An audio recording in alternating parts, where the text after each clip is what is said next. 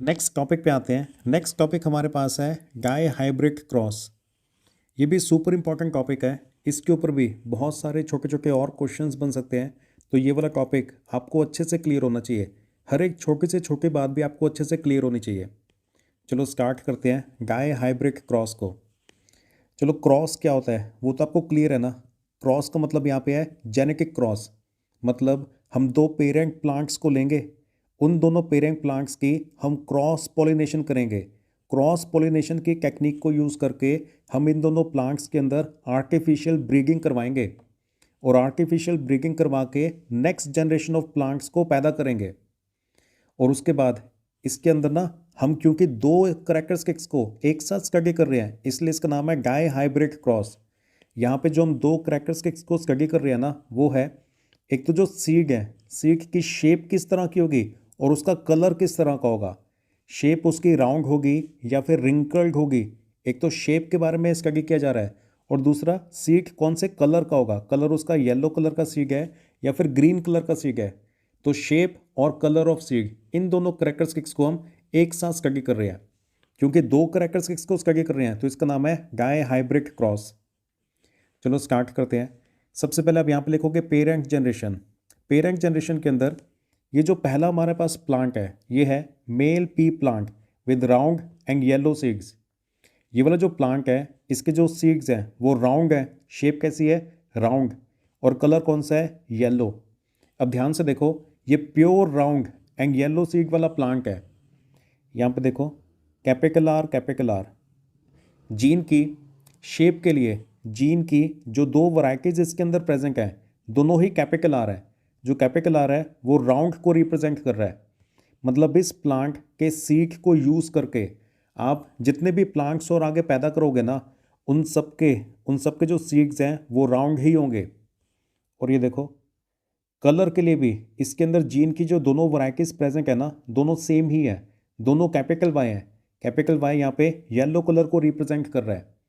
मतलब इस प्लांट के सीड को यूज़ करके या फिर इस प्लांट की सेल्फ पॉलिनेशन करके इससे आप जितने भी और आगे प्लांट्स पैदा करोगे उन सारे के सारे प्लांट के जो सीड्स हैं ना वो येलो कलर के ही होंगे। क्लियर हो गया। तो ये पहला हमारे पास था male pea plant with round and yellow seeds. और जो दूसरा प्लांट है वो है female pea plant with wrinkled and green seeds. यहाँ पे देखो पहले ये दोनों जगह पे स्मॉल आर लिखा हुआ है ना। स्मॉल आर रिप्रेजेंट कर रहा है रिंकल्ड सीड्स को। ये वाला जो प्लांट है इसके सीड को यूज़ करके या फिर इस वाले प्लांट की सेल्फ पॉलिनेशन करके इससे आप आगे जितने भी प्लांट्स पैदा करोगे ना उन सबके जो सीड्स हैं वो रिंकल्ड ही होंगे। क्योंकि इसके अंदर शेप के लिए जो दो जीन्स प्रेजेंट हैं दोनों के दोनों रिंकल्ड जीन्स ही हैं। मतलब दोनों के दोनों रिंकल्ड सीड्स पैदा करने वाली जीन्स ही प्रेजेंट है।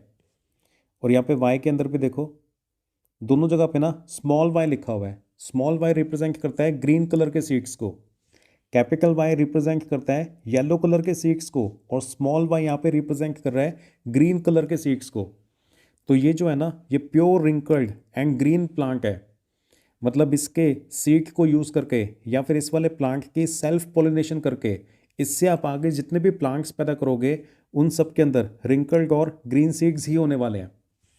तो पेरेंट जनरेशन में ये जो मेल पी प्लांट है और जो फीमेल पी प्लांट है वो किस तरह के हैं, इतना क्लियर हो गया ना आपको।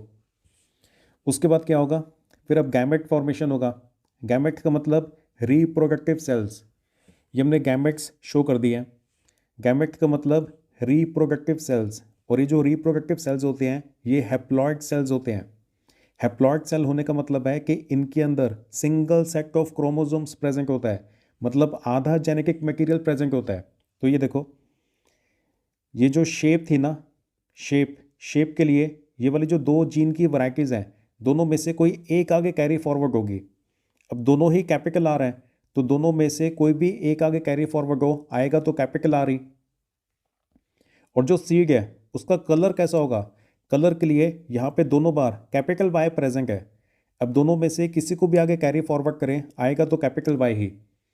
तो यहाँ पे जो मेल पी प्लांट है ना उससे जो गैमेट बनेगा ना, जो ये रिप्रोडक्टिव सेल बनेगा, गैमेट का मतलब रिप्रोडक्टिव सेल जो कि हैप्लॉइड होता है जिसके अंदर आधा जेनेटिक मटेरियल होता है, तो वो यही बनने वाला है, कैपिटल आर स्मॉल वाई आने वाला है। ये जो कैपिटल आर है वो शेप के लिए, सीख का शेप किस तरह का होगा वो वाली जीन है, और ये जो कैपिटल वाई है वो कलर किस तरह का होगा, सीख के कलर को रिप्रेजेंट करने वाली जीन है ये। जो दूसरा पेरेंट प्लांट है वहाँ से स्मॉल आर और स्मॉल वाई आगे कैरी फॉरवर्ड होने वाले हैं। देखो यहाँ पे शेप के लिए दोनों ही स्मॉल आर है, तो दोनों में से किसी एक ने कैरी फॉरवर्ड होना है, क्योंकि जो रिप्रोडक्टिव सेल्स होते हैं उनके अंदर आधा जेनेटिक मटेरियल होता है, और ये दोनों ही स्मॉल वाई हैं, तो दोनों में से किसी एक ने कैरी फॉरवर्ड होना है, तो यहाँ पे स्मॉल आर और स्मॉल वाई बनेगा। तो ये हमारे गैमेट्स बन गए हैं। तो गैमेट फॉर्मेशन हो गया, ये हमारे गैमेट्स बन गए हैं। उसके बाद अगले स्टेप के अंदर फर्टिलाइजेशन होगा। फर्टिलाइजेशन का मतलब है कि ये वाले जो गैमेट्स हैं ना, ये वाले जो रिप्रोडक्टिव सेल्स हैं, ये दोनों आपस में फ्यूज़ होंगे, मतलब गैमेट्स आपस में जॉइन होंगे। ये दोनों आपस में जब फ्यूज़ होंगे तो इनके कॉम्बिनेशन की जो प्रोसेस है उसी को बोलते हैं फर्टिलाइजेशन। फर्टिलाइजेशन के बाद जो F1 जनरेशन के अंदर ये वाले जो नए प्लांट्स पैदा होंगे, ये जो नए प्लांट्स पैदा हो रहे हैं ना, इन सब के अंदर सेम ये वाली जीन ही प्रेजेंट होने वाली है, capital R small R, capital Y small Y. देखो यहाँ पे जो शेप है उसके लिए कैपिटल आर है और यहाँ पे स्मॉल आर है। कैपिटल आर को पहले लिखते होते हैं, कैपिटल अल्फ़ाबेट को पहले लिखते हैं, तो कैपिटल आर स्मॉल आर। ये वाला जो पार्ट है वो जो शेप है उसके लिए जो जीन्स रिस्पॉन्सिबल हैं उन्हें रिप्रेजेंट कर रहा है, और ये कैपिटल वाई और स्मॉल वाई जो ये वाला पार्ट है वो कलर के लिए जो जीन्स प्रेजेंट है उसको रिप्रेजेंट कर रहा है। तो F1 जनरेशन के अंदर जितने भी प्लांट्स होंगे ना, उन सारे के सारे प्लांट्स का जो जेनेटिक मेकअप है, जो जीन कॉम्पोजिशन है, वो यही होने वाला है। अब एक बार भी अगर कैपिटल आर आ गया तो उसका मतलब है कि जो सीड की शेप है ना वो राउंड होगी, और एक बार भी अगर कैपिटल वाई आ गया तो इसका मतलब है जो सीड्स है उसकी जो शेप है वो येलो होगी। तो F1 जनरेशन में, फर्स्ट जनरेशन के अंदर जितने भी प्लांट्स पैदा हो रहे हैं ना, उन सारे के सारे प्लांट्स के अंदर जो सीड्स है उनकी शेप राउंड और येलो होगी। देखो अब ये वाले जो प्लांट है ना, इनकी शेप कैसी है, राउंड है। ये जो ओरिजिनल हमारे पास था वो भी राउंड था, और जो कलर है सीख का कलर वो येलो है। ये जो ओरिजिनल पहले वाला पेरेंट प्लांट था इसका भी जो कलर था वो येलो था। तो जो पेरेंट प्लांट है वो भी राउंड और येलो है। फर्स्ट जनरेशन के अंदर जो प्लांट्स पैदा हुए हैं वो भी राउंड और येलो है। तो बाहर से दिखने में तो ये सेम है, लेकिन अंदर से जेनेटिक लेवल पर ये सेम नहीं है। ये जो पेरेंट प्लांट था वो हमेशा ही राउंड सीड वाला प्लांट आगे जाके पैदा करेगा, लेकिन F1 जनरेशन के अंदर ये वाले जो प्लांट्स पैदा हुए हैं इसके अंदर देखो राउंड सीड पैदा करने वाली जीन भी है, और स्मॉल आर मतलब रिंकल सीड पैदा करने वाली जीन भी प्रेजेंट है। ये जो पेरेंट प्लांट था उससे तो हमेशा ही येलो सीड वाला प्लांट जनरेट होता है, लेकिन F1 जनरेशन के अंदर ये वाले जो प्लांट्स है इनके अंदर कैपिटल वाई भी है और स्मॉल वाई भी है। मतलब ये आगे जाके येलो कलर वाले सीड को भी, येलो कलर वाले सीड वाले प्लांट को भी पैदा कर सकता है, और स्मॉल वाई का मतलब ग्रीन है, ग्रीन कलर के सीड वाले प्लांट को भी पैदा कर सकता है। तो बाहर से दिखने में तो ये सेम है, ये भी राउंड और येलो सीड्स वाला है, ये भी राउंड और येलो सीड वाला है, लेकिन अंदर से जेनेटिक लेवल पर ये सेम नहीं है, क्योंकि जो जीन कॉम्पोजिशन है ना जेनेटिक लेवल पर ये दोनों डिफरेंट है। तो यहाँ तक क्लियर हो गया आपको। उसके बाद F1 जनरेशन का अगर आपने जीनोटाइप लिखना है ना तो यही बनेगा, capital R small R capital Y small Y, capital R small R capital Y small Y. क्योंकि F1 जनरेशन, फर्स्ट जनरेशन में ये जितने भी प्लांट्स होंगे ना, सारे के सारे प्लांट्स का जीनोटाइप एग्जैक्टली सेम यही होने वाला है। उसके बाद अगर आपने फिनोटाइप लिखना हो तो फिनोटाइप ये बनेगा, राउंड येलो। F1 जनरेशन के अंदर जितने भी प्लांट्स जनरेट होंगे ना, जितने भी प्लांट्स पैदा होंगे वो उन सब के जो सीड्स हैं वो राउंड होंगे और येलो कलर के ही होने वाले हैं। ये F1 जनरेशन को F1 प्रोजेनी भी बोल सकते हैं। तो अब यहाँ पे F1 जनरेशन की जगह पे F1 प्रोजेनी भी लिख सकते हो। क्लियर हो गया। सबसे पहले पेरेंट जनरेशन के ये वाले जो दो प्लांट्स थे आपको वो क्लियर होना चाहिए। फिर गैमेट्स बनेंगे, गैमेट का मतलब रिप्रोडक्टिव सेल्स, और जो रिप्रोडक्टिव सेल्स होते हैं ये हैप्लॉइड होते हैं, इनके अंदर आधा जेनेटिक मटेरियल होता है। गैमेट्स के बनने के बाद फिर फर्टिलाइजेशन होगा। फर्टिलाइजेशन का मतलब ये वाले जो गैमेट्स हैं ना, ये जब आपस में, ये वाले जो रिप्रोडक्टिव सेल्स हैं ये जब आपस में फ्यूज़ होंगे, कंबाइन होंगे, तो कंबाइन होने की प्रोसेस को फर्टिलाइजेशन बोलते हैं। और फर्टिलाइजेशन की वजह से फिर F1 जनरेशन के अंदर ये वाले जो प्लांट्स हैं वो जनरेट हो जाएंगे। ये उसके बाद फिर हमने इनका जीनोटाइप और फिनोटाइप लिख दिया।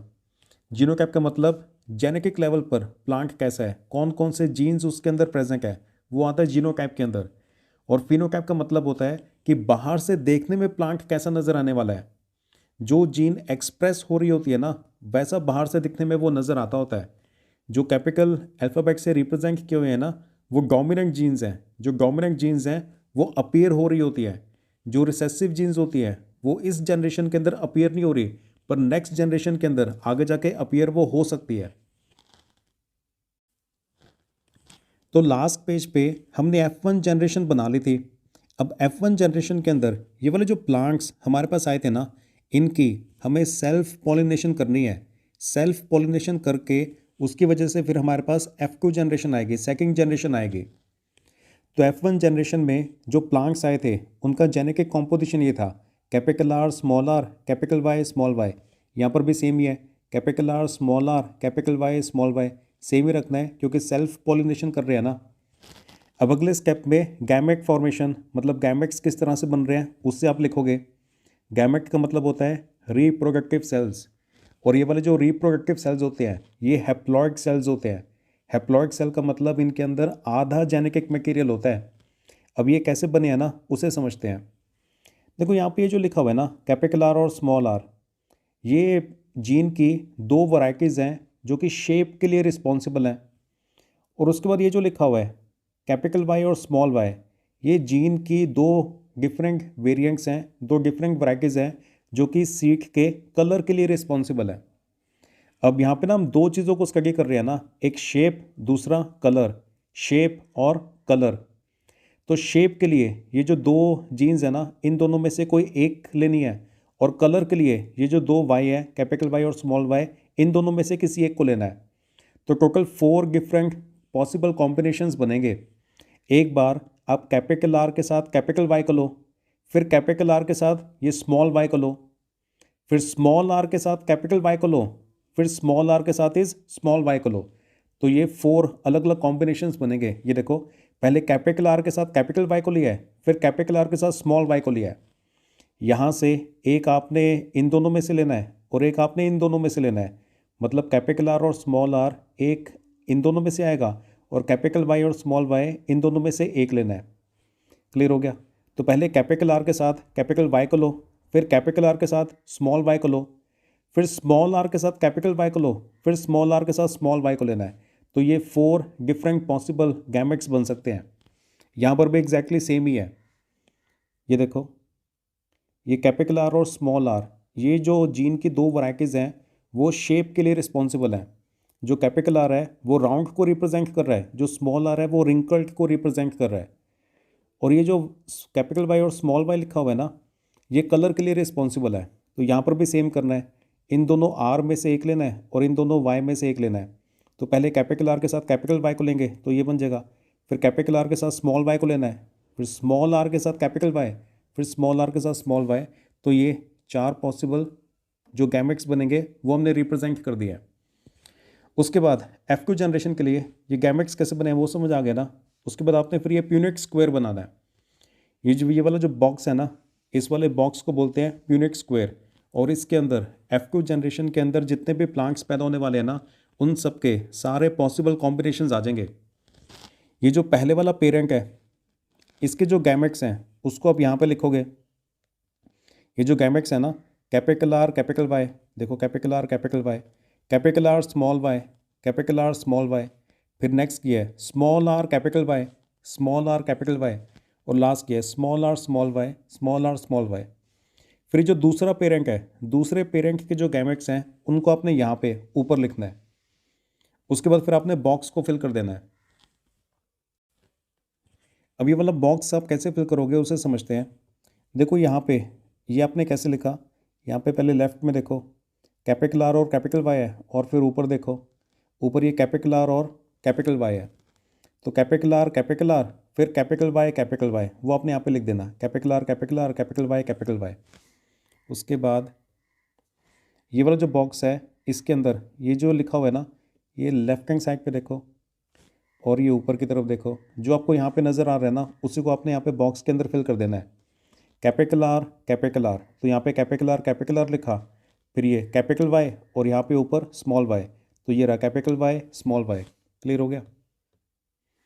अब ये वाला जो पोर्शन है सेम वही करना है, लेफ्ट हैंड साइड पे देखो और यहाँ से ऐसे ऊपर देखो, तो लेफ्ट हैंड साइड पे ये कैपिटल आर और ये स्मॉल आर, तो कैपिटल आर स्मॉल आर, पहले कैपिटल अल्फ़ाबेट को लिखना है, बाद में फिर स्मॉल वाले को लिखना है। और ये कैपिटल वाई और यहाँ पर भी कैपिटल वाई है, तो capital Y capital Y. Clear हो गया। इस तरह से आपने पूरा बॉक्स फिल कर देना है। अब ये वाला जो पोर्शन है वो कैसे बना है, देखो यहाँ से लेफ्ट हैंड साइड पे देखेंगे और यहाँ से ऐसे ऊपर की तरफ आपने देखना है। ठीक, तो ये लेफ्ट हैंड साइड पे ये स्मॉल आर और यहाँ पर भी स्मॉल आर है, तो स्मॉल आर और ये कैपिटल वाई और यहाँ पर भी कैपिटल वाई है, तो capital Y capital Y. Clear हो गया। इस तरह से आपने ये वाला जो पूरा बॉक्स है ना, मतलब प्यूनिक स्क्वायर को पूरे के पूरे को फिल कर देना है। तो ये हमारी F2 जनरेशन के अंदर ये डिफरेंट जितने भी पॉसिबल कॉम्बिनेशंस हो सकते थे ना, वो सारे के सारे पॉसिबल कॉम्बिनेशंस इस वाले बॉक्स के अंदर आ गए हैं। तो ये हमने F2 जनरेशन बना ली थी ना। अब F2 जनरेशन सेकंड जनरेशन बनाने के बाद नेक्स्ट कब आपने जीनोटाइप और जीनोटाइपिक रेशो लिखना है। अब ये जीनोटाइप और ये जीनोटाइपिक रेशो कैसे लिखा है उसे समझते हैं।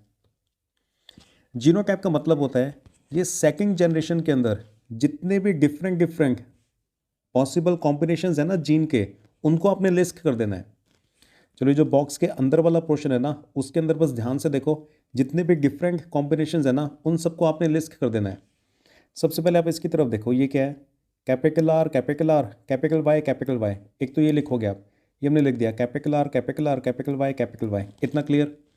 उसके बाद जरा ध्यान से देखना, क्या ये दोनों सेम है, capital R capital Y small Y. यहाँ पर भी capital R capital Y small Y, दोनों सेम है ना, उसी को लिखा हुआ है यहाँ पे capital R capital Y small Y.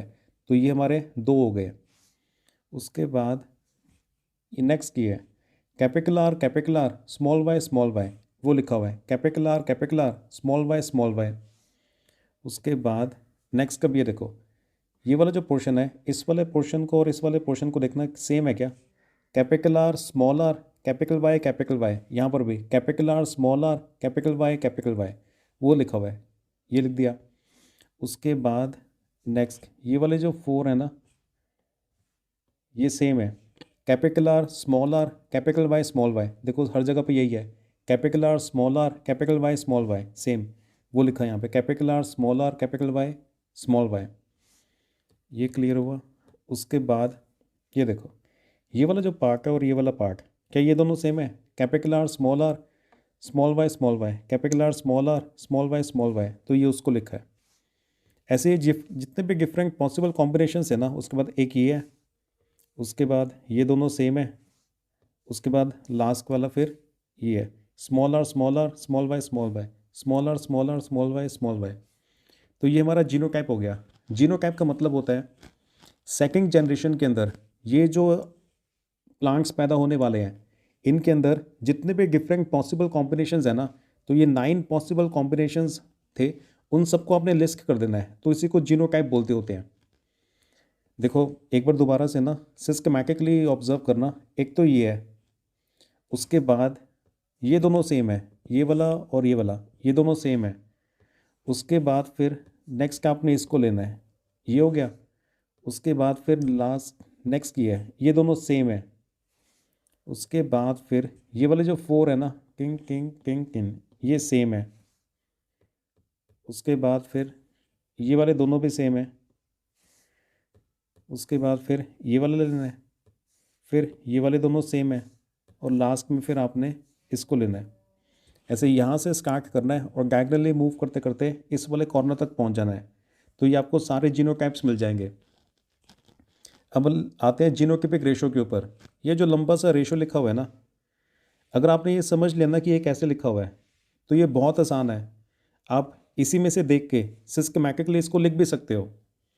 ये देखो कैपिटल आर कैपिटल वाई, ये सिर्फ एक ही बार आ रहा है, तभी यहाँ पे सबसे पहले 1 लिखा हुआ है, क्योंकि ये वाला जो रेशो था ना, ये वाला जो जेनेटिक कॉम्पोजिशन है कैपिटल आर कैपिटल वाई, ये सिर्फ एक ही बार अपीयर हो रहा है। उसके बाद यहाँ पे ये 2 पता है क्यों लिखा हुआ है? यहाँ पे 2 लिखा हुआ है क्योंकि ये वाली जो कॉम्बिनेशन है वो 2 बार आ रही है। Capital R capital R capital Y small Y, ये देखो capital R capital R capital Y small Y, क्योंकि ये वाली जो जेनेटिक कॉम्पोजिशन है वो 2 बार आ रही है ना, इसलिए फिर आगे यहाँ पे 2 लिखा हुआ है। उसके बाद ये वाला 1 इसलिए लिखा हुआ है क्योंकि जो नेक्स्ट कॉम्पोजिशन है कैपिटल आर स्मॉल वाई ये एक ही बार आ रही है। एक तो ये एक बार आ रहा था, फिर ये वाला जो पोर्शन था वो 2 बार आया था, और ये वाला पोर्शन एक बार, तभी ये पहले एक बार, फिर ये 2 बार, फिर ये एक बार। उसके बाद नेक्स्ट बताओ, नेक्स्ट फिर ये है, ये वाला पार्ट और ये वाला पार्ट, ये भी 2 बार आ रहा है ना। कैपिटल आर कैपिटल वाई, देखो कैपिटल आर कैपिटल वाई ये 2 बार आ रहा है, इसलिए यहाँ पे 2 लिखा हुआ है। उसके बाद नेक्स्ट जो ये वाले पार्ट हैं, चिंग किंग किंग किन, ये 4 टाइम्स आ रहे हैं, सेम है देखो capital R capital Y small Y, capital R capital Y small Y, capital R capital Y small Y, capital R capital Y small Y, इसलिए इसको ये यहाँ पे लिखा हुआ है 4 टाइम्स। उसके बाद नेक्स्ट ये वाला पार्ट, ये दोनों, ये 2 बार आ रहा था, इसलिए यहाँ पे ये 2 लिखा हुआ है। उसके बाद फिर ये वाला जो पार्ट है ये एक ही बार आ रहा है, तभी यहाँ पे फिर ये 1 लिखा हुआ है। उसके बाद फिर ये वाला जो पार्ट है ये 2 बार आ रहा है, तभी यहाँ पे 2 है। और लास्ट में फिर ये स्मॉल वाई स्मॉल वाई ये एक ही बार है, इसलिए यहाँ फिर लास्ट में फिर 1 लिखा हुआ है। क्लियर हुआ? दोबारा से देखते हैं। डायगनली मूव करना है आपने, डायगनली मूव करो, ये सारे बड़ी आसानी से बन जाएंगे। ये देखो पहले आपने इसको लेना है, इस वाले बॉक्स को ले लिया, ये 1 हो गया। उसके बाद इन दोनों बॉक्सेस को लेना है, ये इन दोनों बॉक्सेस को लेना है आपने। क्लियर? उसके बाद आपने इसको लेना है, इस वाले बॉक्स को। उसके बाद फिर ये इन दोनों को लेना है। उसके बाद फिर ये बीच वाला जो डायगनल है ना, ये वाला जो डायगनल है, इसके अंदर ये वाले जो 4 बॉक्सेस आ रहे हैं ना, इन चारों को लेना है। उसी की वजह से ये वाला 4 आ रहा था, क्योंकि ये सेम है और 4 टाइम्स रिपीट हो रहा है। ये देखो ये वाला पार्ट, ये वाला पार्ट, ये वाला पार्ट और ये वाला part. Capital R capital Y small Y same है यहाँ पे ना, सेम चीज़ 4 टाइम्स रिपीट हो रही है। ये वाला जो जेनेटिक कॉम्पोजिशन है 4 टाइम्स रिपीट हो रहा है, इसलिए यहाँ पे ये वाला 4 आया हुआ है।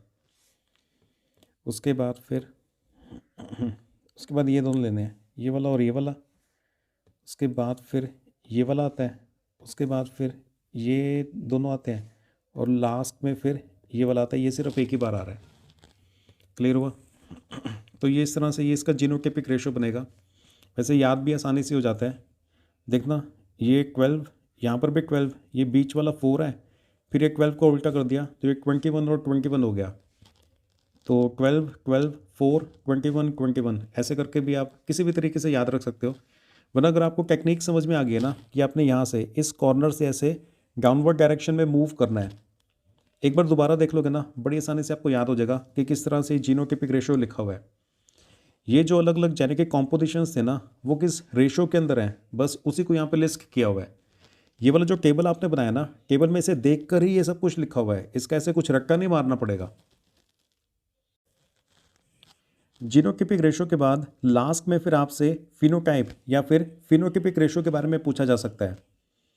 तो ये सेकंड जनरेशन के अंदर पहले देखते हैं कि ये फिनोटाइप हमने कैसे लिखा है। देखो यहाँ पे एक बार भी अगर कैपिटल आर आ गया ना, तो उसका मतलब है कि वो राउंड होगा, और एक बार भी अगर कैपिटल वाई आ गया तो उसका मतलब है कि वो येलो होगा। तो ये वाला पार्ट कैसा होगा? Round and yellow. ये कैसा होगा? Round and yellow. एक बार भी कैपिटल आर आ गया तो राउंड होगा, और एक बार भी कैपिटल वाई आ गया तो येलो होगा। तो ये भी राउंड एंड येलो, ये भी राउंड एंड येलो, ये भी round and yellow. Capital R आ गया, कैपिटल वाई भी आ गया, ये वाला पार्ट भी राउंड एंड येलो, ये भी राउंड एंड येलो, ये भी राउंड एंड येलो, ये भी राउंड एंड येलो। एक बार भी कैपिटल आर और एक बार भी कैपिटल वाई आ गया तो वो राउंड और येलो होगा। अब देखो 1 2 3 4 5 6 7 8 9 9 टाइम्स टोटल ये 16 है, 16 में से 9 टाइम्स तो राउंड और येलो है। फिनोटाइप का मतलब ये होता है कि बाहर से देखने में अपीयरेंस वाइज वो कैसा है, अंदर से जो जेनेटिक कॉम्पोजिशन है जब जेनेटिक कॉम्पोजिशन की बात हो रही होती है तो वो जीनोटाइप होता है। फिनोटाइप के अंदर देखना होता है कि बाहर से अपीयरेंस में कैसा नज़र आ रहा है। तो ये जो 16 कॉम्बिनेशंस बने हैं ना, 16 में से 9 टाइम्स तो जो आउटर अपीयरेंस है बाहर से देखने में वो राउंड और येलो होगा, तभी 9 टाइम्स तो राउंड और येलो आने वाला है। वैसे राउंड और ग्रीन अगर ये बाकी सारा को लिख देंगे ना तो 3 टाइम्स राउंड और ग्रीन होगा, 3 टाइम्स रिंकल्ड और येलो होगा, और सिर्फ एक ही बार रिंकल्ड और ग्रीन होगा, वो ये वाला पार्ट है। दोनों स्मॉल आ रहा है ना तो इसका मतलब रिंकल्ड होगा, और दोनों स्मॉल वाई हैं तो उसका मतलब है कि ग्रीन होगा। जो कैपिटल वाई है ना वो येलो को रिप्रेजेंट करता है, दोनों अगर स्मॉल वाई हैं तो वो ग्रीन को रिप्रेजेंट करता है। क्लियर हुआ? तो ये फिनोटाइप हो गया, round yellow, round green, wrinkled yellow और रिंकल्ड ग्रीन। और ये कितनी बार आ रहा है ना, इसी रेशो को फिनोटिपिक रेशो बोलते हैं। तो 9:3:3:1 ये इसका फिनोटिपिक रेशो है। क्लियर? तो फिनोटाइप या फिनोटिपिक रेशो अगर आपसे पूछा जाए, फिनोटाइप के लिए आपने ये सब कुछ लिखना है, और फिनोटिपिक रेशो वो ऐसे बनेगा 9:3:3:1।